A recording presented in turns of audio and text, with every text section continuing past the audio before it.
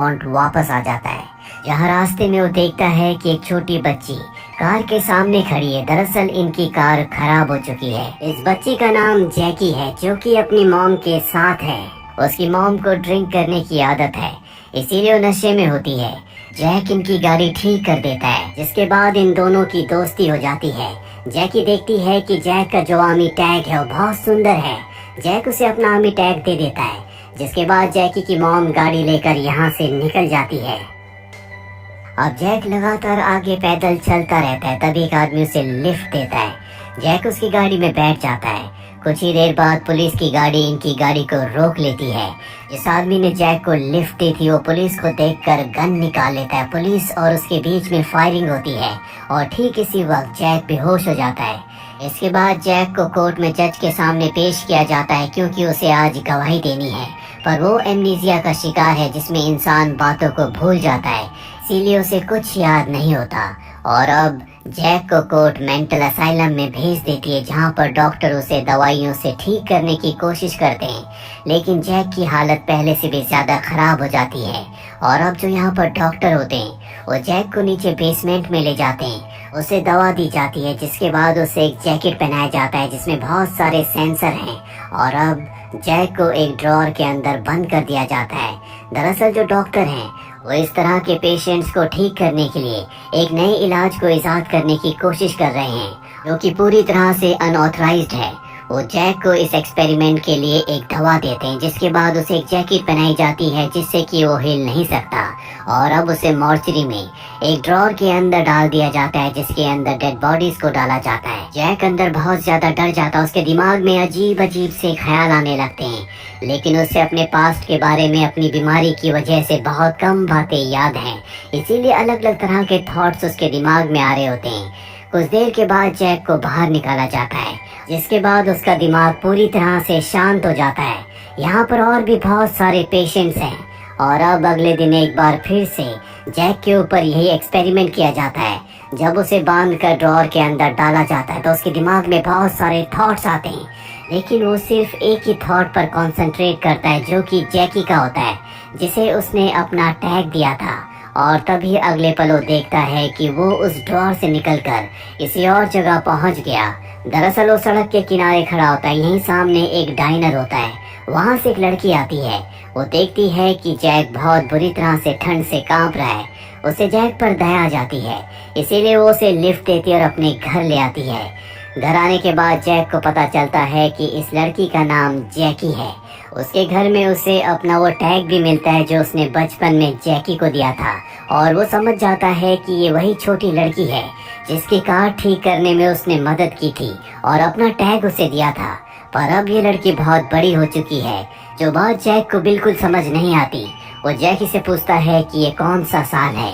जैकी बताती है कि सन 2007। ये सुनकर जैक पूरी तरह से हैरान हो जाता है, क्योंकि जिस वक्त में, जिस साल में डॉक्टर उसका इलाज कर रहा है वो साल होता है सन 1992।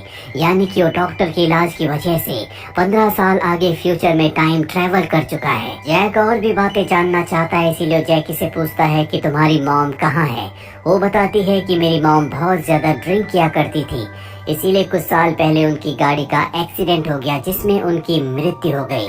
और अब जैक जैकी को पूरा सच बता देता है कि मैं वही इंसान हूँ जिसने तुम्हें ये टैग दिया था। मुझे नहीं पता कि मैंने फ्यूचर में टाइम ट्रेवल कैसे किया। जैकी को उसकी बात पर बिल्कुल यकीन नहीं आता। वो जैक को बताती है कि जिसने मुझे टैग दिया था, ठीक एक साल बाद सन 1993 में न्यू ईयर के दिन उसकी मृत्यु हो गई थी। तुम वो इंसान नहीं हो। जैकी को लगता है कि इसकी दिमागी हालत ठीक नहीं है, इसीलिए वो उसे अपने घर से बाहर निकाल देती है। और जैसे वो जैकी के घर से बाहर आता है, वो वापस अपने वक्त में साल 1992 में आ जाता है।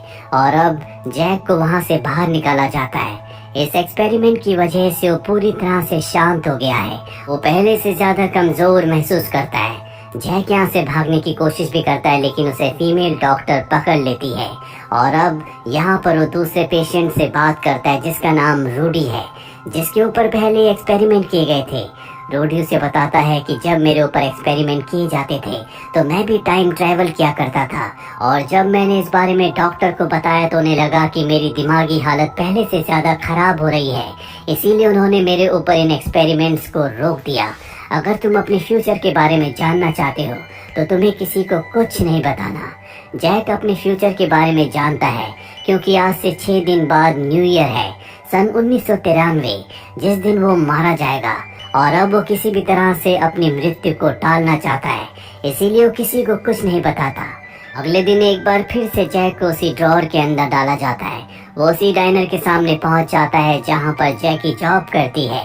जैकी के पास जाने के बाद वो जैकी को बहुत सारी बातें बताता है, और अब जैकी को कहीं न कहीं उस पर विश्वास हो चुका है। जैकी उसे बताती है कि अगर तुम जैक हो तो आज से ठीक 5 दिनों के बाद यानी कि 1 जनवरी को तुम्हारी मृत्यु हॉस्पिटल में हुई थी। यहाँ पर एक डॉक्टर अपने पेशेंट्स के ऊपर इलीगल एक्सपेरिमेंट्स किया करता था जिन्हें 1970s में ही बैन कर दिया था, और अब ये दोनों के दोनों उस हॉस्पिटल में पहुंच जाते हैं। लेकिन यहाँ का पूरा स्टाफ अब चेंज हो चुका है। यहाँ की जो सीनियर डॉक्टर होती है, जैक और जैकी उससे मिलते हैं। ये वही डॉक्टर होती है जिसने जैक को भागते हुए पकड़ लिया था, लेकिन वो जैक को नहीं पहचान पाती। वो डॉक्टर से कहता है कि मैं जैक का रिलेटिव हूँ जिसकी मृत्यु 1 जनवरी 1993 को हुई थी। मैं जानना चाहता हूँ कि उसकी मृत्यु कैसे हुई। डॉक्टर बताती है कि उसके सर पर चोट आई थी जिस वजह से उसकी मृत्यु हुई, लेकिन मैं जैक के एहसान को कभी नहीं भूल पाऊंगी। उसने सन 1992 में मुझे एक ऐसा तरीका बताया था जिस वजह से मैं अपने एक पेशेंट का इलाज कर पाई, उसे पूरी तरह से ठीक कर पाई। मुझे नहीं पता कि जैक को बात कैसे पता थी। इसके बाद ये दोनों के दोनों हॉस्पिटल के पीछे ग्रेवयार्ड में जाते हैं जहाँ पर ये जैक की ग्रेव को देखते हैं जिसमें लिखा होता है कि जैक की मृत्यु 1 जनवरी सन 1993 को हुई थी। और अब जैक उस फीमेल डॉक्टर के बारे में पढ़ता है जिसने कहा था कि जैक की वजह से उसका एक पेशेंट ठीक हुआ था। वो पढ़ता है कि उसने एक पेशेंट को ठीक किया था जिसको सीजर की बीमारी थी, लेकिन वो उसका कोई दूसरा ट्रीटमेंट कर रही थी, लेकिन बाद में सही ट्रीटमेंट की वजह से उसकी जान बच गई। इसके बाद जैक वापस अपने आप ही सन 1992 में आ जाता है, और जब उसे होश आता है तो वो उसी फीमेल डॉक्टर को इस वक्त में बताता है कि जिस पेशेंट का तुम इलाज कर रही हो, तुम उसके सीजर का टेस्ट कराओ, उसे मिड शॉक थेरेपी की जरूरत है, इससे वो पूरी तरह से ठीक हो जाएगा। फीमेल डॉक्टर ये सुनकर हैरान हो जाती है कि जैक को ये सारी बातें कैसे पता। वो जैक से पूछती भी है। जैक कहता है कि तुम्हारे फ्यूचर रूप ने मुझे बताया। और अब अगले दिन एक बार फिर से जैक को उसी ड्रॉअर के अंदर डाला जाता है, जिसके बाद वो एक बार फिर से जैकी के पास जाता है।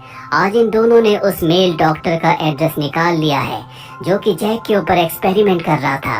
ये दोनों के दोनों उसके घर पर जाते हैं जहाँ इन्हें डॉक्टर मिल जाता है। वो बहुत ज्यादा डिप्रेस हो चुका है, उसने अपना प्रोफेशन छोड़ दिया है। वो जैक को पहचान लेता है और हैरान हो जाता है कि तुम यहाँ पर कैसे आए, तुम तो मर चुके थे। जैक उसे बताता है कि जब भी तुम मुझे ड्रॉअर के अंदर डालते हो तो मैं टाइम ट्रेवल करके सन 2007 में आ जाता हूँ।